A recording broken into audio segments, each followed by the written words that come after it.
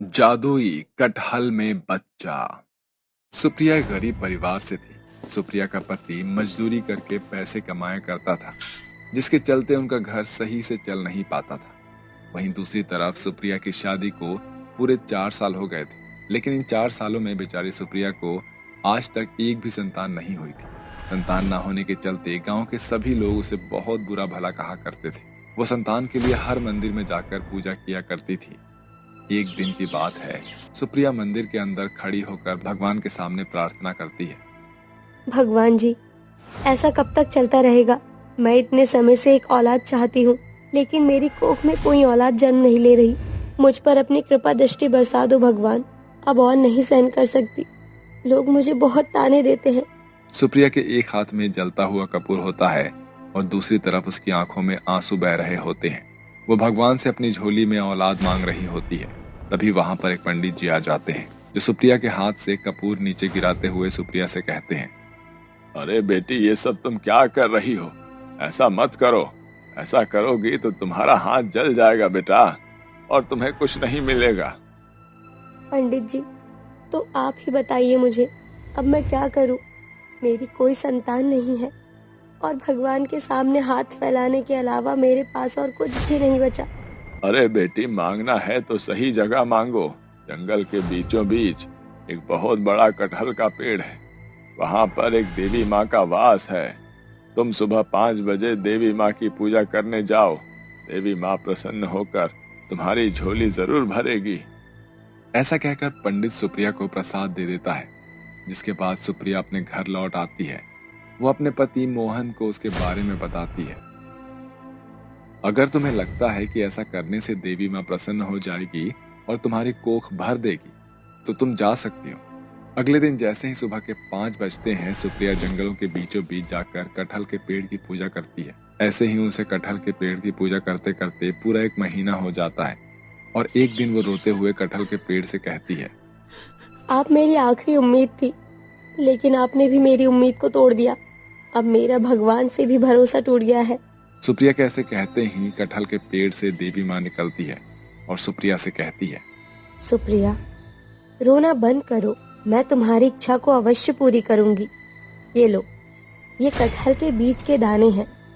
तुम इन्हें अपने घर के आंगन में जमीन के अंदर डाल देना। इसके बाद तुम्हारी सूनी कोख भर जाएगी। सुप्रिया खुश होकर कटहल के बीज लेकर वहां से घर लौटने लगती है। उसे देखते ही पड़ोस की कुछ औरतें उससे कहने लगती हैं, अरे देखो देखो, आ गई मनहूस बांझ। जब इसका चेहरा देखो तभी दिन खराब हो जाता है। अरे ये खुद तो बांझ है ही, ऊपर से अपना ये परछावा हमारे घर की बहू बेटियों के ऊपर डाल देगी। इसे तो हमारे गांव से ही निकल जाना चाहिए। आप सभी लोग ऐसा क्यों सोचती हो? एक न एक दिन मेरी सूनी कोख भी भर जाएगी और मेरे पास भी बच्चे होंगे। ऐसा तो केवल सपनों में ही होगा। सुप्रिया गांव की औरतों की बातों को नजरअंदाज करके अपने घर में चली जाती है, जिसके बाद वो अपने घर के आंगन में कटहल के बीज को मिट्टी के अंदर डाल देती है। देखते ही देखते वहां बहुत बड़े 3 पेड़ उगाते हैं, जिसके बाद उन तीनों पेड़ों में से एक पेड़ से इंसान जितना बड़ा कटहल सुप्रिया के पास आकर गिरता है। अरे, इतना बड़ा कटहल! इतना बड़ा कटहल तो मैंने कभी जिंदगी में नहीं देखा। तभी वहां पर मोहन भी आ जाता है और सुप्रिया के पास इतना बड़ा कटहल देखकर वो कहता है, अरे इतना बड़ा कटहल, और ये कटहल का पेड़ कहाँ से उगाया? सुप्रिया मोहन को सारी बातें बताती है, जिसके बाद कटहल के अंदर से बच्चे के रोने की आवाजें आती है। अरे ये क्या, इसके अंदर से तो बच्चे के रोने की आवाज आ रही है। अब हम क्या करेंगे? हमें इसे सावधानी पूर्वक खोलना होगा, कहीं इसके अंदर के बच्चे को चोट ना पहुंच जाए। सुप्रिया और मोहन आहिस्ता आहिस्ता कटहल को बीज से खोलते हैं, जिसके बाद कटहल के अंदर से एक तेज रोशनी निकलती है, जिसमें से बच्चा निकलकर बाहर आता है। लगता है यही देवी माँ का आशीर्वाद है। आज मेरी सूनी कोख भर गई। सुप्रिया और मोहन दोनों की आंखों से आंसू निकल आते हैं, जिसके बाद वो दोनों बच्चे को उठाकर बहुत खुश होते हैं। ऐसे ही सुप्रिया को बच्चे की देखभाल करते हुए कुछ समय बीत जाता है। 1 महीना पूरा होने के बाद सुप्रिया आंगन में अपने बच्चे को खेलते हुए छोड़ देती है और खुद आंगन में सफाई करने लगती है। तभी अचानक से फिर कटहल के पेड़ में से इंसान जितना बड़ा कटहल नीचे गिरता है। अरे, ये क्या? एक और जादुई कटहल! देखते ही देखते उस कटहल के अंदर से भी बच्चे के रोने की आवाज आती है। और मोहन और सुप्रिया दोनों जैसे ही उस कटहल को खोलते हैं, उसके अंदर भी एक बहुत ही प्यारा और मासूम सा बच्चा होता है। अरे देखो तो, कितना मासूम है। और ये तो लड़की है, कितनी प्यारी है। हाँ हाँ, सही कहा। अब हमारे पास 2 बच्चे हो गए हैं। सुप्रिया अपना दूसरा बच्चा पाकर भी बहुत खुश होती है। वो अपने दोनों बच्चों की देखभाल अच्छे से करने लगती है। कुछ समय बाद सुप्रिया और मोहन के पास पैसों की कमी होने लगती है। अब क्या बताऊं, कई दिनों से काम सही चल ही नहीं रहा है। अगर ऐसा ही चलता रहा ना, तो पता नहीं कितने दिनों तक हमें ये गरीबी के दिन झेलने पड़ेंगे। मुन्ना मुन्ना को पिलाने के लिए मेरे पास दूध भी नहीं बचा है। दोनों बच्चे भूख से बिलख रहे होते हैं, जिसके बाद मोहन सुप्रिया से कहता है, अच्छा तुम चिंता मत करो, मैं किसी न किसी से थोड़ा बहुत पैसा उधार लेकर थोड़ा बहुत राशन तो डलवा ही लेता हूँ। ऐसा सोचकर जैसे ही मोहन घर से बाहर निकलता है, अचानक से उसके आंगन में से तीसरे पेड़ से भी एक इंसान जितना बड़ा कटहल नीचे गिर पड़ता है, जिसके अंदर से बच्चे की रोने की आवाज आने लगती है। हे देवी माँ, अब तो हमारे पास इन बच्चों को खिलाने के लिए कुछ भी नहीं बचा है और तुम हमारे ऊपर मेहरबान ही मेहरबान होते जा रहे हो। तभी सुप्रिया अपने कमरे में से निकलकर बाहर आ जाती है। अजी, इसके अंदर से बच्चे के रोने की आवाज आ रही है। लगता है इसमें भी बच्चा है। हमें इसके अंदर से बच्चे को निकालना होगा। जैसे ही मोहन और सुप्रिया जादुई कटहल के अंदर से बच्चे को बाहर निकालते हैं, उस कटहल के अंदर बच्चे के साथ साथ बहुत सारे सोने के सिक्के भी होते हैं। अजी, ये सब देखिए, कितने सारे सोने के सिक्के हैं। मुझे तो यकीन ही नहीं होता। ऊपर वाला जब भी देता है छप्पर फाड़ कर ही देता है, और इन सभी सोने के सिक्कों की मदद से तो हमारी सारी परेशानियां दूर हो जाएंगी और हम तीनों बच्चों को अच्छी परवरिश भी दे पाएंगे। सुप्रिया उस बच्चे को गोदी में उठा लेती है, जिसके बाद मोहन सभी सिक्कों को उठाकर उनकी गठरी बांध लेता है, जिसके बाद वो उन सोने के सिक्कों की मदद से अपना खुद का एक घर भी बनाता है और खुद का काम भी शुरू कर देता है। देखते ही देखते उनकी सारी परेशानियां दूर हो जाती हैं और अब वो अपने तीनों बच्चों के साथ खुशी खुशी रहने लगते। 3 आंख वाला जादुई घोड़ा। रामगढ़ गांव में दुलारी और गजोधर नाम का दंपति अपने 2 बच्चे बिन्नी और राजू के साथ रहते थे। उनके घर के बाहर एक तबेला बना हुआ था, जहां कई घोड़े बंधे हुए थे। अरे बेटा राजू, अरे जरा जल्दी से मेरे घोड़े टिम टिम के लिए घास तो ले आ। अजी, क्यों इस खच्चर घोड़े की खातिर भाव में भिड़े हो? मेरी मानो तो इस घोड़े को 2 दिन भूखा ही रहने दो।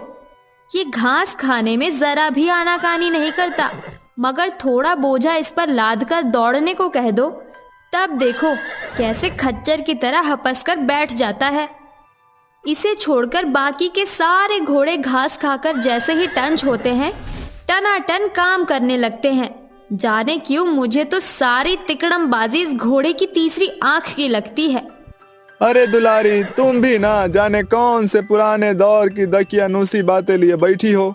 अरे अब हमारे इस घोड़े की 3 आंखें हैं, इसीलिए तो ये इस तबेले का टिमटिम है। गजोधर के मुंह से अपना बखान सुनकर बेजुबान घोड़ा पूंछ हिलाते हुए हिनहिनाने लगता है। देखो बाबूजी, हमारा टिमटिम अपनी बड़ाई सुनकर कैसे खुश हो रहा है। समय बीतता है और धीरे धीरे गजोधर के सभी घोड़े बीमारी से घिरने लगते हैं। ये देखकर गजोधर टूटे मन से कहता है, अजाने मेरे घोड़ों को किसकी टोक लग गई है। न घास खाते हैं न बोझा ढोते हैं। लगता है अब इनकी उम्र ढल रही है। एकदम सही मानो मिलाया है आपने। अब ये सारे घोड़े बूढ़े हो चले हैं, तभी इनसे एक भी बोरियों का बोझा नहीं ढोया जा रहा है। इससे पहले कि इनकी बूढ़ी चमड़ी एकदम चरमरा जाए, इन्हें किसी अश्वपालक के हाथों बेच दो, वरना ऐसा ना हो कि इन घोड़े से हमें भारी घाटा हो जाए। हाँ दुलारी, तुम सही कह रही हो, इन्हें बेच देना ही बेहतर होगा। अगली भोर गजोधर उनको बाजार में खरीदारों के हाथों बेच आता है। अरे तुमने इस 3 आंख वाले मुए घोड़े को क्यों छोड़ दिया? इस खच्चर को भी किसी खरीदार के हाथों बेच देते हैं। नहीं दुलारी, टिमटिम मेरे लिए परिवार का हिस्सा है। जहां गजोधर और उसके दोनों बच्चों को उस 3 आंखों वाले घोड़े से लगाव था, वहीं दूसरी ओर दुलारी के लिए वो घोड़ा आफत था। एक भोर, ये 3 आंख वाला घोड़ा मेरे घर के लिए घाव बन गया है। घास और चने चरने को दे दो लाट साहब को। मजाल है जो एक भी डग पीछे सरका दे। अब इसे तो मजा चखाना ही पड़ेगा। ताव में आकर दुलारी अपने 3 आंखों वाले घोड़े को खाने को रूखी सूखी घास की पुलिया देने लगी थी, जिससे धीरे धीरे उसकी खुराक बेहद ना के बराबर हो गई और सेहत उसका साथ छोड़ गई। सैकड़ों जानवर के डॉक्टर से जांच पड़ताल करा लिया, लाख दवा दारू के बाद भी टिमटिम की सेहत टस से मस नहीं हो रही। जाने इसे हुआ क्या है।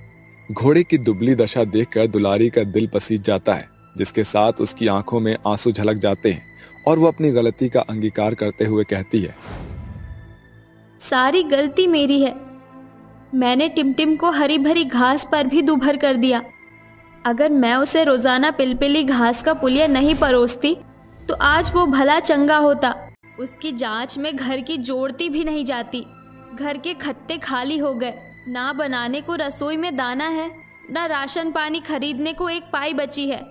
कोई बात नहीं माँ, मैं और बिन्नी भूखे रह लेंगे, बस आप टिमटिम को खदेड़ना मत।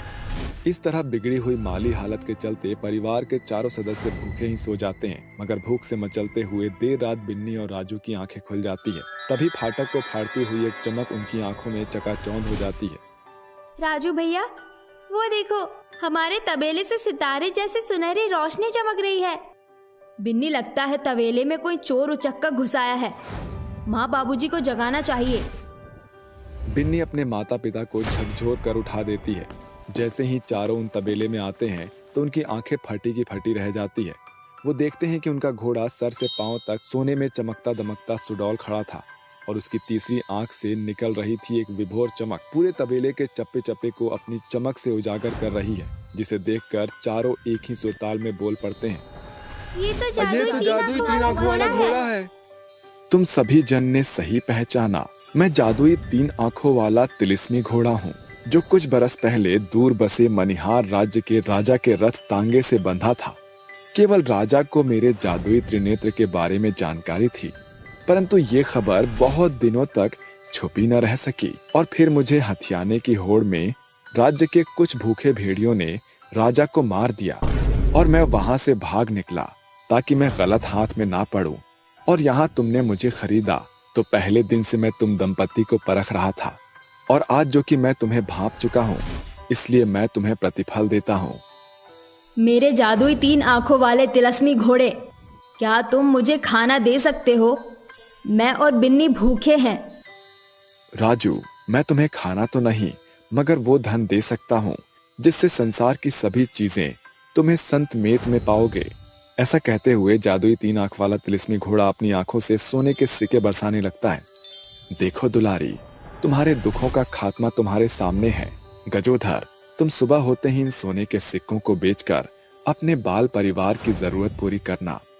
भोर होते ही गजोधर उन सिक्कों को एक बड़े सुनार से सौदा कराता है, जिससे उसके घर का चूल्हा जलता है। जादुई घोड़ा हर एक रात उन्हें खूब सारा धन देता है, जिससे गजोधर के घर पर मंडराती हुई गरीबी की बदरा छट चुकी थी और वो रामगढ़ गांव के सबसे रईस घराने की पहली श्रेणी में शुमार हो गए थे। एक दिन मनसुख गजोधर के पास आता है।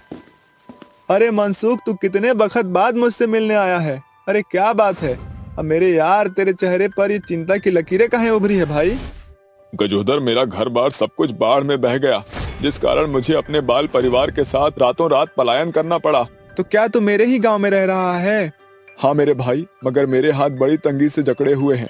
न जेब में एक खोटा सिक्का है, न सर पर छत है। मैं तो दोनों ही सूरत में हारा बैठा हूँ, न एक जिम्मेदार पति बन सका और न एक बेहतर बाप। तू हताश मत हो, आ मेरे संग। गजोधर मनसुख को लेकर तबेले में आता है। ए मेरे जादुई 3 आंखों वाले घोड़े, मेरा दोस्त मुसीबत में है, इसकी मदद करो। ये सुनकर जादुई तिलिस्मी घोड़ा बड़ी होड़ के साथ हिनहिनाते हुए सर से पूंछ तक सोने के ढांचे में बदल जाता है, जिसके साथ उसके तीसरी आंख से तेजोमय रोशनी के साथ खूब सारे सोने जमीन पर बिखर आते हैं। खौफ न खाओ मनसुख, आगे बढ़ो और अपने हक का सोना उठा लो। ये क्या चर है? ये घोड़ा तो इंसान की भांति बोलता है और जादूगर की तरह करिश्मा दिखाता है। मनसुख, दरअसल ये 3 आंखों वाला तिलिस्मी घोड़ा है जो बेबस और बेसहारों की मदद करता है। मनसुख जादुई 3 आंखों वाले घोड़े को तहे दिल से शुक्रिया बोलकर चला जाता है। समय बीतता है। एक दिन खेतन गजोधर का किवाड़ खटखटाता है। अरे खेतन भाई, आप? हाँ भाई, गजोधर है क्या? जी, वो तो काम से बाहर गए हैं, मगर आप इतने परेशान क्यों हैं? क्या कहूँ भौजी, अब की बार सारी फसल बर्बाद हो गई है। सूदखोर से बड़े ब्याज पर पैसा लेकर फसल बोया था। वो रोजाना दहलीज पर आकर 4 बात बोल जाते हैं। मदद का आस लेकर आए थे, बहुत अच्छा किया खेतन भाई जो आप चले आए। आपके हताशपने का हल यही है। दुलारी खेतन को तबेले में बंधे जादुई 3 आंख वाले घोड़े के पास लाती है।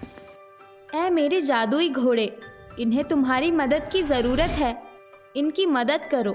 इससे पहले खेतन कुछ समझ बूझ पाता, घोड़ा बड़े हुड़दंग के साथ हिनहिनाते हुए सोने में ढलकर सोने के सिक्के की बरसात कर देता है। ये क्या बला है भौजाई? अरे घबराओ नहीं खेतन भाई, ये जादुई घोड़ा है जो मशलूबों की मदद करता है। शुक्रिया जादुई घोड़े, तुमने मेरे घर को ढहने से बचा लिया।